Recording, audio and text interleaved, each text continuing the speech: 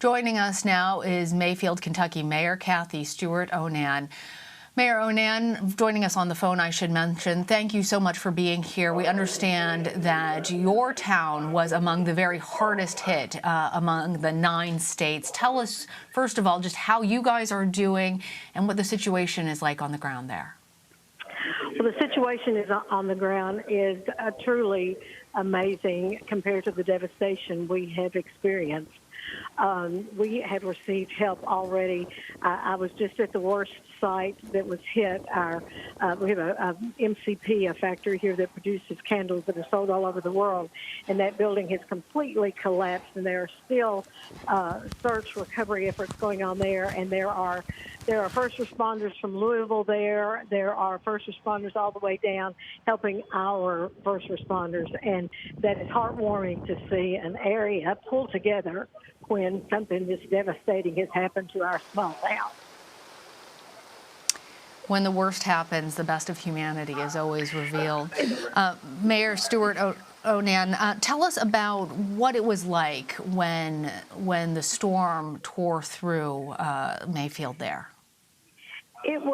We knew it was coming. You know, we were all prepared. We had been hearing all day that there was a possibility with the storm, and I don't live far from downtown, and when it passed over my house, I definitely heard that train noise that you hear about, and I realized my house was hit. I didn't think it was in damage, so I, for just about 5 minutes, thought, oh my gosh, we've escaped.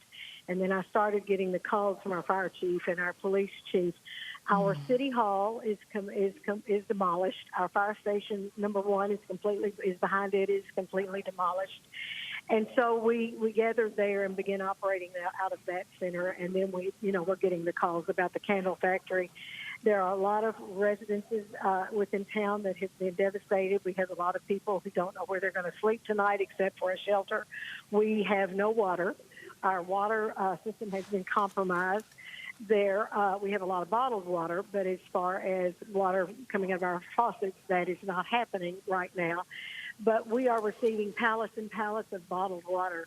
I was with the governor just a few minutes ago, and in my address to the people following his, I said, "This is what we do best. We are a tight-knit community. We squabble, but when things get tough, we come together, and that's what I've seen today." Like any good family. Mayor, you mentioned that you don't have, your water supply has been compromised. You are getting bottled water. Given the devastation, do you have ample shelter for your residents? Do you have enough food? What are you expected to believe will be happening when it comes to electricity for your town? Right. We have no electricity. There are parts out in our county that have electricity. So some of the small communities have opened up their church fellowship halls, their church activity centers. Right now, unless it's changed, the main shelter is at the Mayfield High School. And we bused people. A lot of people came to City Hall and to the fire station last night, and then we were able to get school buses from our 2 wonderful school systems to take them there. And I understand that they will now be bused out to some of the outlying counties, outlying communities. And McCracken County, the county next to us, has said that they are going to take some in their churches that are located closer to us. So I think shelter-wise, people just need to know where to go. And that's a little tricky, too, because I can't put anything on our city Facebook page because, we just can't get to it. And so I hope people are relying on the local news. Our fire station and police station Facebook pages are up and running. So I hope people are relying on that. All right, and we're trying the best that we can with our capacity to try and get the information out to everybody watching CBS News. I want to talk to you, Mayor, about the candle factory because we understand that that's a site of potentially many fatalities. There were 110 people that were inside when the tornado hit. About 40 people have been rescued. Tell us more. We heard officials talking about that they weren't optimistic given the heavy machinery in there, that the situation. Tell us just What is the latest that you know about the candle factory and the people who are inside? Well, we are very proud of this candle factory because it was begun by a local family, and it has just grown to a very large part of our community. And we're so thankful to have them. They were running a shift that was very busy because of the holiday season. They manufacture candles and sell them internationally.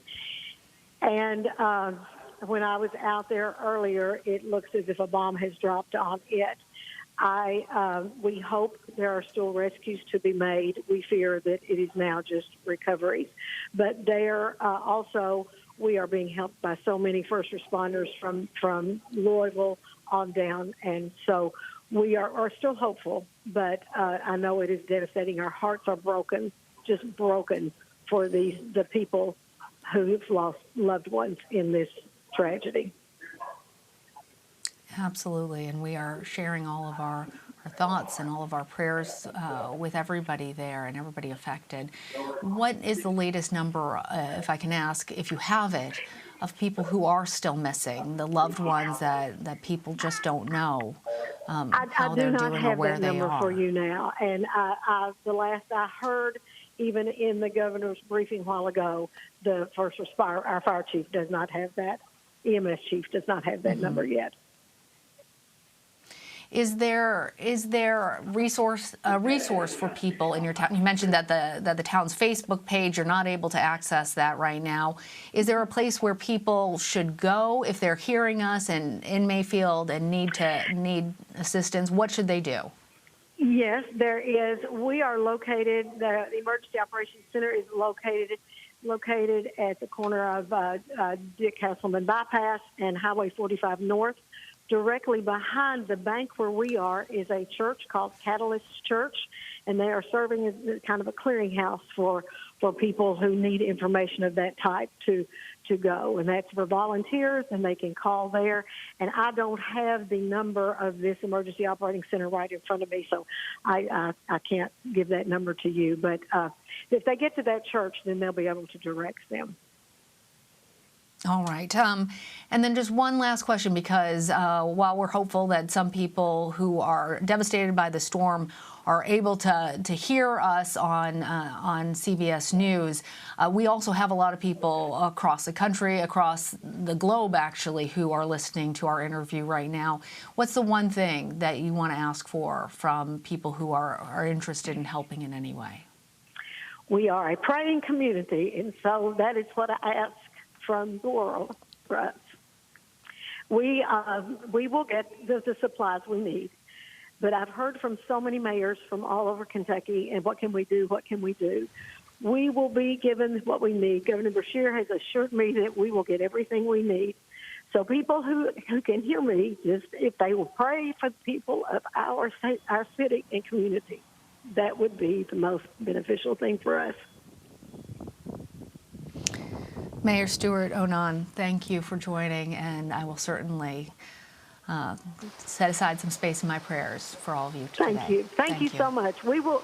This is what we do. The people of Mayfield pull together and come out on top, and we will. We will. The sun is shining here today, and we will see the sun shine again for a long time. Thank you so much. We will. All right. Thank you.